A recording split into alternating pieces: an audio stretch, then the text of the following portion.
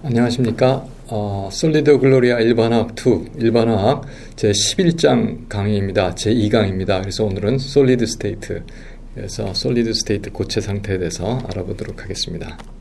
솔리드 하게 되면 저희가 생각하는 이제 크리스탈라인 솔리드 이제 생각을 합니다. 그래서 크리스탈라인 솔리드를 하는데, 이게 보통 그 아톰, 몰레큘 또는 아이온 이런 것들이 이제 그 구성입자가 되는 거예요. 그 구성입자들이 보통 이제 마이크로스코픽하게 봤을 때, 미시적으로 봤을 때 이제 규칙적인 배열을 이룬다, 이렇게 생각을 하죠. 그래서 이제 레티스 포인트라고 하는데, 거기에 이제 이런 것들이 위치하게 되는 것을 우리가 크리스탈라인 솔리드 이렇게 얘기합니다. 그래서 크리스탈라인 솔리드가 되면은 보통은 롱 레인지 오더라고 해서 이제 전체적으로 뭐 저기서 시작해서 어디까지 가더라도 규칙적인 배열을 그렇게 이루게 되는 겁니다. 그리고 각각의 그 배열을 이루는 그 단위 점이 있어요. 그걸 우리가 레티스 격자라고 얘기하고요. 그리고 이것은 보통 이제 어느 방향으로나, 이것은 이제 크리스탈 중에서 이제 제가 보기에는 석영, SiO2 크리스탈인데, 뭐 X 방향이거나 Y 방향이거나 G 방향이나 다 균일한 이런 레티스가 나타난다 하는 거죠. 그리고 이렇게 되면은 이것이 열을 가했을 때 동시적으로 다 이 구조가 무너져야 되거든요. 그래서 멜팅 포인트가 아주 샤프한 멜팅 포인트, 녹는 점을 가지게 됩니다. 자, 그리고 이제 이거에 비해서 아모르포스 솔리드라고 하는 것이 있는데, 이거는 이제 무정형 고체 이렇게 얘기하죠. 이거는 이제 전체적으로 그 오도가 뭐 이렇게 규칙적인 배열을 하지 않습니다.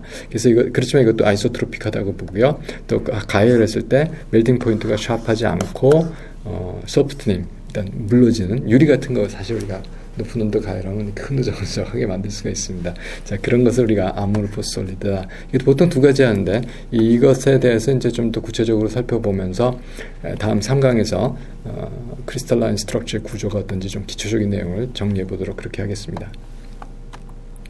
그래서 크리스탈라인 솔리드에 이제 보통 네 가지 종류를 책에서 소개하고 있습니다. 그래서 보통 아이오닉 솔리드가 있고, 몰레큘러 솔리드가 있고, 코밸런트 네트워크 솔리드가 있고, 메탈릭 솔리드가 있다. 뭐 사실은 전부 다 이제 솔리드 했지만 크리스탈라인 솔리드 얘기하는 거예요. 그래서 컨스티튜언트 파티클이 이온인 겁니다. 그래서 아이온, 뭐 캣아이온, 애나이온, 양이온, 음이온 인터랙션에 의해서 구성이 되어 있고요. 이 특징은 뭐냐면 이온성 고체요.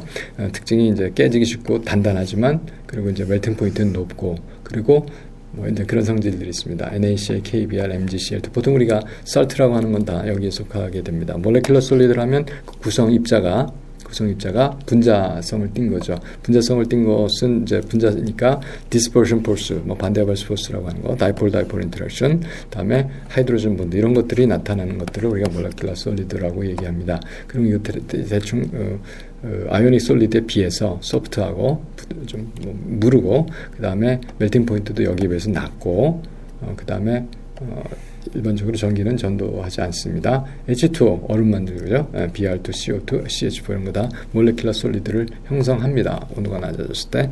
그다음에 코밸런트 네트워크 솔리드 하면 다이아몬드 생각하시면 돼요. 그래서 그 구성 입자 사이에 구성입자가 전부 다 공유결합으로 결합돼서 전체가 사실 분자 한 개를 말하는 겁니다. 그래서 보통 단단하고 멜팅 포인트 높습니다. 그래서 다이아몬드 보통 얘기하고, SiO2, 실리카, 이게 보통 우리가 코밸런트 네트워크 솔리드라고 얘기하고요. 메탈릭은 이제 보통 금속 결합, 다 금속은 다 이거에 속합니다. 뭐 이런 소디움, 징크, 뭐 철, 전부 다 카파 이런 거 다 금속 결합하는데, 특이하게 메탈릭 본드를 한다고 얘기해요. 그래서 메탈릭 본드의 성질에 대해서 이게 어떤 건지 알아보면서 이제 강의를 마무리하도록 그렇게 하겠습니다. 자, 그래서 이제 메탈 본드의 특징은 뭐 굵기와 무르기가 좀 뭐 상당한 차이가 있죠. 전성, 연성, 뭐 뽑힘성 이런 게 크고, 그 다음에 멜팅 포인트도 상당한 차이를 보이고, 또 여기 금속 광택이 있고, 이런 것들이 메탈릭 본드의 메탈의 특징이 되겠습니다. 아이오닉 솔리드에 대해서 이제 조금 구체적인 내용을 보면, 여기 아까 말씀드린 양이온, 그러니까 소디움 아톰이 소디움 양이온 되고, 캣아이온 되고, 클로린 아톰이 클로린 애나이온 돼서 양이온과 음이온의 정전기적 상호작용을 하되, 이게 레티스를, 그래서 어느 하나를 찍어봐요. 그래서 이게 소디움인데 클로린 4개가 있고, 이쪽에도 하나 있고 저쪽에도 하나 있겠죠. 그래서 6개의 클로린 이온들이 둘러싸서, 마찬가지로 클로린 이온도 6개의 소디움 이온들이 둘러싸서, 이렇게, 이거는 저희가 이제 큐빅 레티스라고 하는데, 이게 보통 소금을 현미경으로 이렇게 잘 들여다보면 이렇게 진짜 이 각이 딱딱 일정한 그런 큐빅 크리스탈 구조를 갖습니다. 그래서 이런 정방형을 가지고 있고, 이런 이온성 고체의 특징이 뭐냐면 물론 캐다이온 아나이온들의 이제 레티스에 이렇게 다 이거 한 포인트 한 포인트 이 그려 보면은 이렇게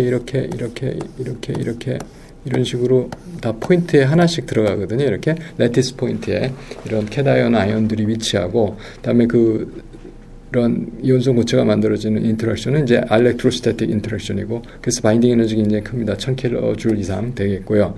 그 다음에 멜팅 포인트가 높고 베이퍼 프레셔도 아주 낮습니다. 이거는. 그리고 대신에 이제 하드하고 아까 말씀드린 대로 깨지기 쉬운 성질. 왜냐하면 이게 밀려가지고 이렇게 양이온, 음이온 붙어있을 때 괜찮은데 밀리게 되면 양이온 이렇게 만나게 되죠. 그럼 거기서 쫙 깨지는 이제 그런 상황이 되는 겁니다. 일반적으로 전기 전도하지 않습니다. 근데 높게 되면은 이온들이 생기니까 엘렉트론 캐리어로 작용을 해서 그때는 이제 높게 되면 용융되면 전기를 전도하게 됩니다.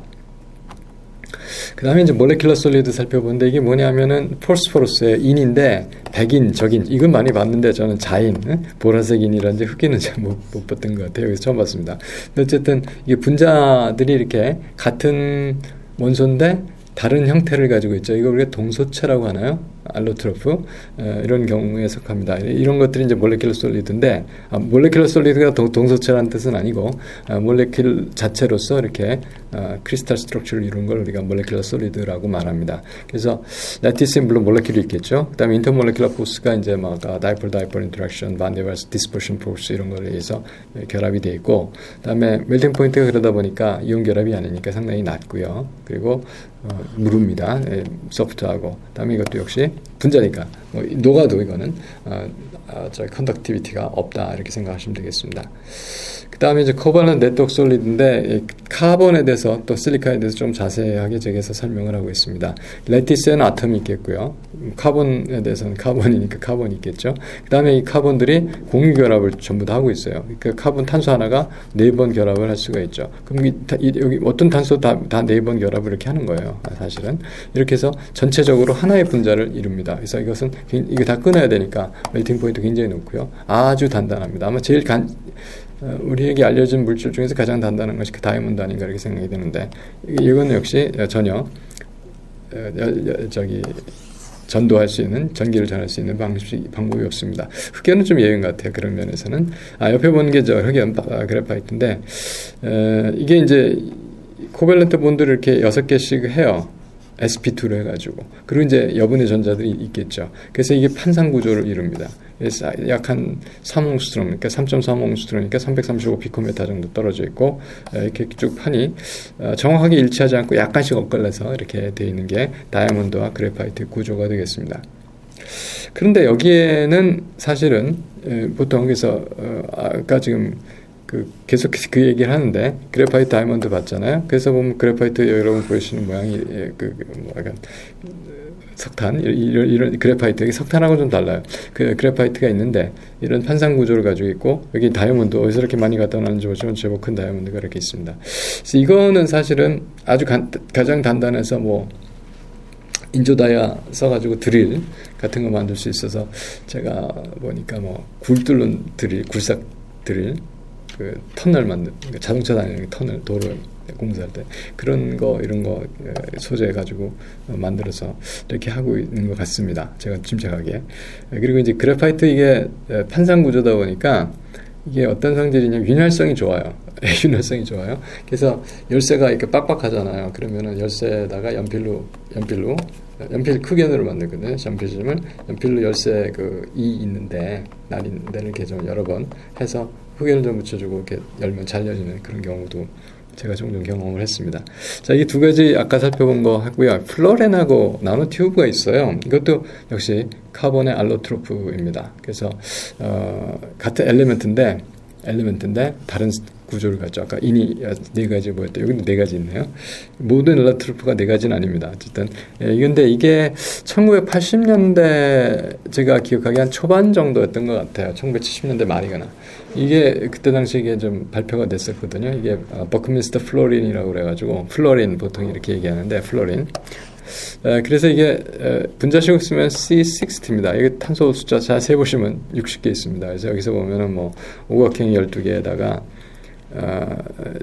육각형이 20개 나타나는 이제 그런 구조를 갖는다. 이게 아이코사헤드랄 시메트리일 거예요. 제가 지금 기억하기에.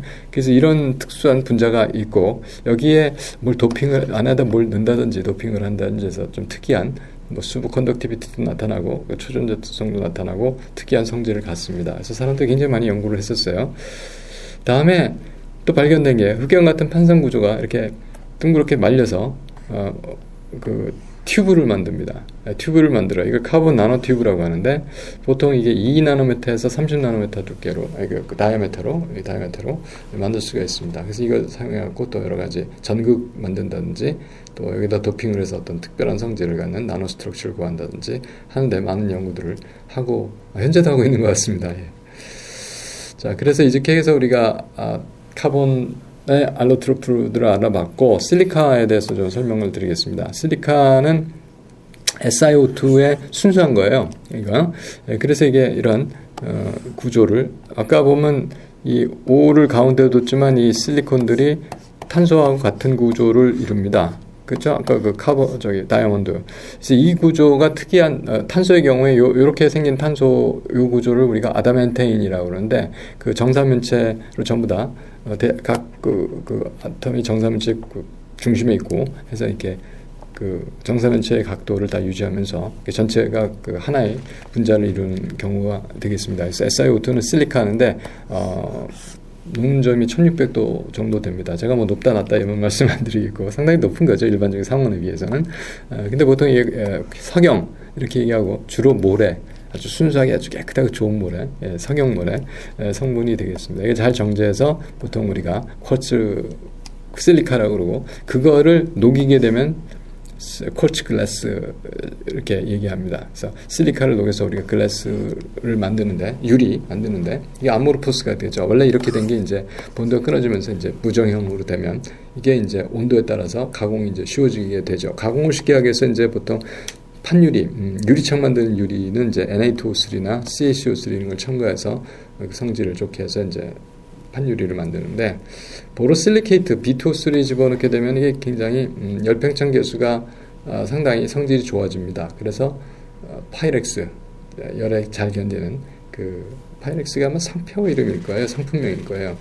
그런 유리 만들고 있습니다. 그다음에 여기 보시는 거 그림은 사진이죠. 사진은 이제 그 여러 가지 색깔이 있는 병들인데 이게 저기 코닝이라는 데 가면은 그 글라스 뮤지엄이 있는데 거기 가면 이거 만드는 거 자주 많이 보여줍니다. 근데 요즘 섞어가지고 가공해서 불어가지고 이렇게 만들어냅니다. 스테인드 글라스에서 이제 여기 뭐가 들어가냐면 트랜지션 메탈 아이온들이 들어가요. 그래서 그 어떤 아이온이 들어가냐에 따라서 이렇게 색깔을 내게 낸 생유리를 만들 수도 있습니다. 자, 이런 것들이 보통 우리가 코밸런트 네트워크를 갖는 이제 구조에서 이제 크리스탈레즈는 이제 이렇게 되면 유리, 아모르포스 솔리드까지 나오게 됩니다. 그다음에 이제 오늘 이제 마지막 토픽이 되는데 이 메탈릭 솔리드에 대해서 좀 알아보겠고요. 이거는 메탈 본드 또는 메탈이 다 이제 이런 구조라고 저희가 이해를 합니다. 그래서 보통 메탈 아톰이 레티스에 좀 위치를 해요, 이렇게.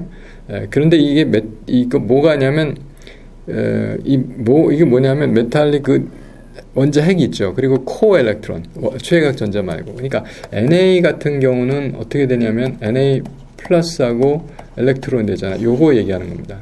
이거는 사실 네온 코어죠. 전자 10개짜리.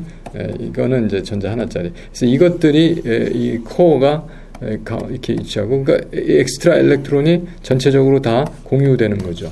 그래서 이 sea of electron이라는 표현을 했는데 엘렉트론 바다에 그 메탈릭 코어가 이렇게 떠 있는 게 아니고 정확한 위치에 박혀 있는 이제 그런 것을 우리가 메탈릭 솔리드 이렇게 얘기를 하겠습니다. 그래서 이 엘렉트론들에 의해서 전기가 잘 전달이 됩니다. 그래서 컨덕티비티가 굉장히 좋죠. 자, 이런 것을 우리가 메탈릭 본드라고 말합니다. 몰레큘러 오비탈 입장에서는 그 메탈릭 본드를 이렇게 이해를 합니다. 우리가 아톰이 두 가지가 있었어요. 3S. 3S니까 제 생각에는 제가 말씀드린 이 Na 플러스 그 얘기하는 겁니다. 그래서 여기에 3S 오비탈 하나가 있는데, 네온 코어가 있고 3S. 이상한 표현이 됐어요. 그래서 네온 코어가 보통 Na 플러스가 되겠고 여기 3s1 이건데 이것이 이제 두 개가 돼서 본딩 오비탈, 엔티본딩 오비탈 이렇게 만들게 되겠죠. 그래서 엔티본딩 오비탈에는 이제 일렉트론이 두 개밖에 없었으니까 여기에 들어가게 되겠죠. 이렇게 되면 우리가 Na2 몰레큘 이렇게 쓰면 안 되죠. Na2 몰레큘 이렇게 이야기를 하면 되겠습니다. 그런데 세 개가 되면 오비탈 3개 주면 몰레큘러 오비탈도 3개 주겠죠. 근데 여기 이렇게 남본딩처럼 되는데 하나 들어오고 이렇게 NA개가 되면 2분의 NA개의 본딩 오비탈이 생기고 엔티본딩 오비탈이 생기겠죠. 그래서 본딩 오비탈이 다 오큐파이 되는 그런 경우가 되겠습니다. 근데 이게 아주 많아지면 NA개 돼도 사실 이렇게 안 되고요. 거의 이제 어떤 성질이 이렇게 밴드 스트럭처가 생깁니다. 그래서 여기가 다 차지고 이게 컨덕션 밴드가 올라가면 이제 빈 공간이 생기니까 그 빈 공간보다도 홀이 생기니까 홀이 이동을 하거나 엘렉트론이 이동하거나 이렇게 해서 이제 컨덕션이 이루어진다 이런 식으로 우리가 생각을 하게 되는 것입니다. 자, 이렇게 해서 우리가 이제 2강 마치도록 하겠습니다. 감사합니다.